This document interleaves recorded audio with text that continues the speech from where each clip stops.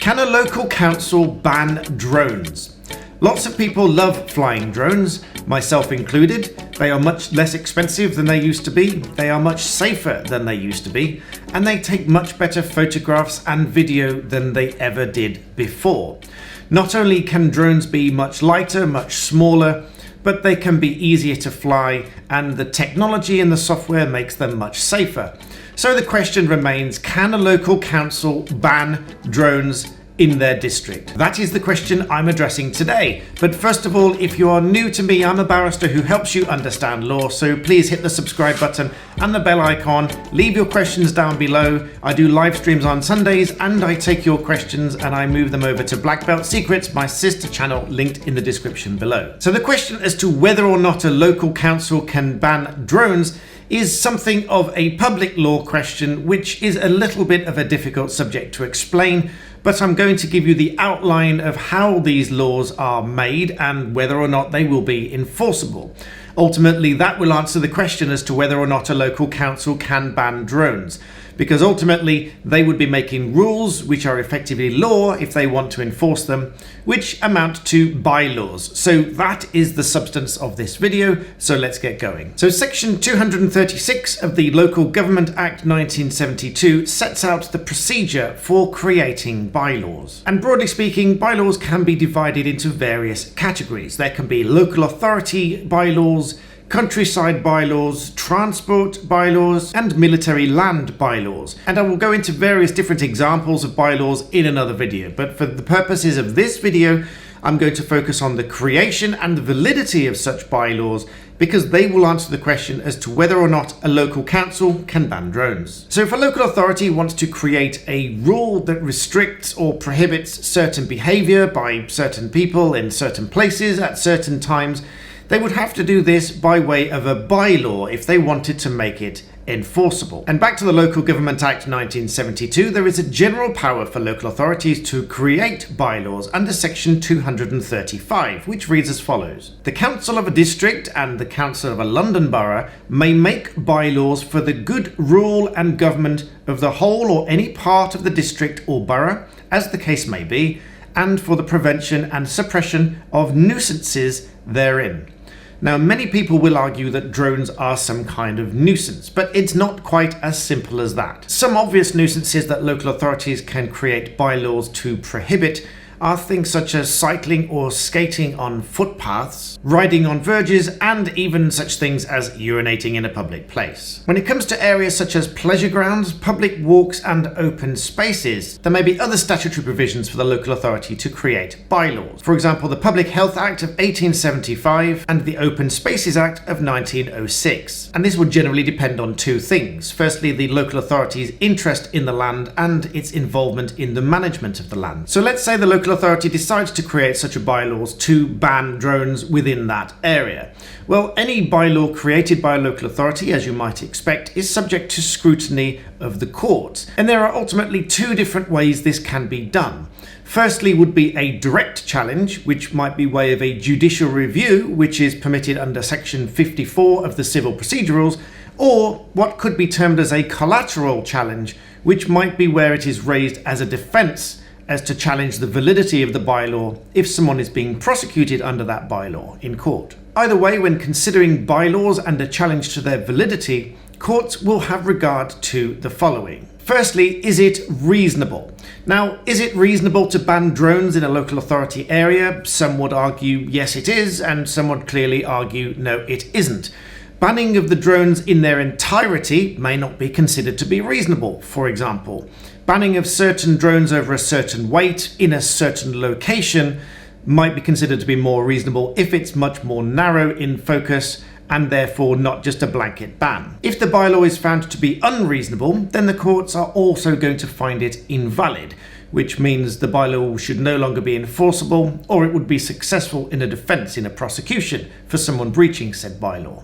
A bylaw will also be found to be unreasonable if it is ultra-virus, but I'll come back to that in a moment. There is also a term derived from a case in 1948 which states that the reasoning or a decision is unreasonable if it is so unreasonable or irrational that no reasonable person acting reasonably could possibly have made it. More generally, in the case of Cruz and Johnson in 1898, a bylaw is considered to be unreasonable if it's found to be partial or unequal in its operation among classes. Secondly, it may be manifestly unjust. Thirdly, it may have been manifested in bad faith. And also that it might involve such oppressive or gratuitous interference with the rights of those subjects to them as could find no justification in the minds of reasonable men. So ultimately, in making such a bylaw to ban drones, if it were found to be unreasonable, the courts are also going to find it invalid. The next requirement is one of certainty. Now, I don't really think that local authorities are going to struggle with this if they certainly ban all kind of unmanned aircraft, whatever.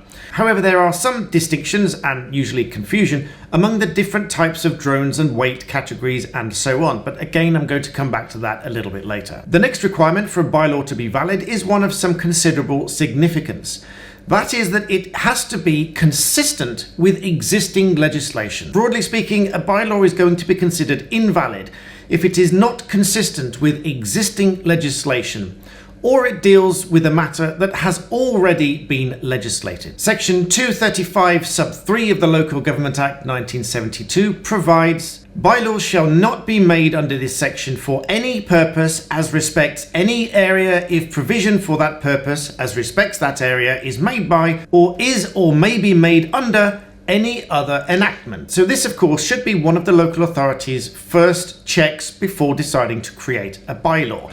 It's not as simple as putting a sign up on a wall to say this thing is banned, because the bylaw needs to be consistent with existing legislation. In other words, if the local authority seeks to deal with a certain type of nuisance, it should check the existing legislation to see whether that has been dealt with already. And in doing so, the local authority must ensure that its bylaws are not going to duplicate or contradict any of that existing legislation. So that brings us on neatly to what legislation actually deals with drones in the first place. So looking at this from a regulatory standpoint, the Civil Aviation Authority is the UK's sole regulator for the UK airspace, and it is the only organisation that can authorise changes to the structure of the UK airspace, which works perfectly well for normal aviation and normal aircraft, but when it comes down to lower level airspace, that being directly above towns and cities and so on, the CAA has obviously sought to implement regulations to control the safe use of drones, and indeed safety is the CAA's first priority. The CAA has had a dedicated drone regulation team for many years, and the overarching legislation for airspace is the Air Navigation Order of 2016, whereas the document CAP 722 has regard to the operation of unmanned aircraft, but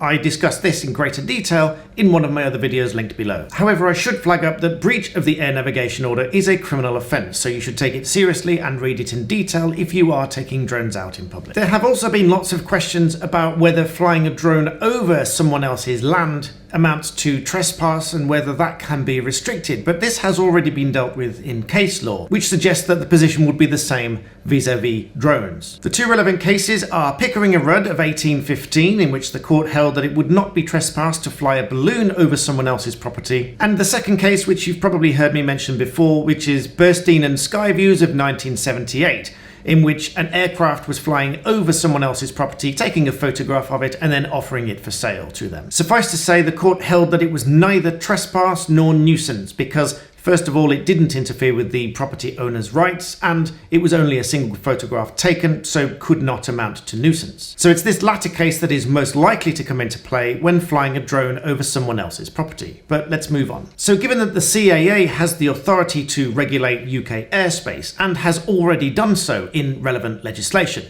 I was interested to find out whether anyone had looked into local authority policies to see whether they were consistent with existing legislation, again for reasons that I'm going to come back to afterwards. So in that respect, my research turned up a fellow barrister's article, Richard Ryan, which I will link in the description. Feel free to tell him that I gave him a shout out. And together with a colleague, he said that their research showed of over 350 local authorities either do not have a policy in place with regard to drones, or if they do, it is not consistent with CAA regulations. And to quote Mr. Ryan, he says, "We did not find a single policy that was accurate, up to date, or enforceable." So ultimately, as Mr. Ryan says, and I agree, it is only a matter of time before one of these cases comes to court to challenge the authority of a local authority to create a bylaw that effectively contradicts or conflicts with CAA regulations in the banning of drones in that area, when the CAA has already created regulations by which, if you comply, you should really be able to fly that drone anywhere, so long as you comply with the regulations and you don't fly in any restricted areas, quite obviously such as airports. So what is the significance of all of this? Well, the two things you remember that I said would come back to were judicial review and ultra vires. Ultra vires meaning beyond power or beyond authority. So if a public body makes a decision that it did not have the authority to make, it is beyond their power, which will render it invalid and unenforceable. How this might be achieved, perhaps I suggest, might be by way of judicial review. As I said, such decisions, which are public law decisions by public bodies, are subject to scrutiny of the courts, and judicial review is one such method. If a person, probably a drone pilot or collection of drone pilots, were aggrieved by a local authority's decision to ban drones in that area, they may challenge the local authority's decision by applying to the court for a judicial review under Part 54 of the Civil Procedure Rules. If on the application the court were to agree that the local authority should not have made that bylaw, perhaps because it contradicts the CAA regulations, and remember, the local authority should not really be making bylaws where there is already legislation in place or may be in place to cover such activity, the court may find the bylaw ultra vires or beyond power to have been made in the first place. If the application were successful, two of the remedies that are particularly noteworthy open to the court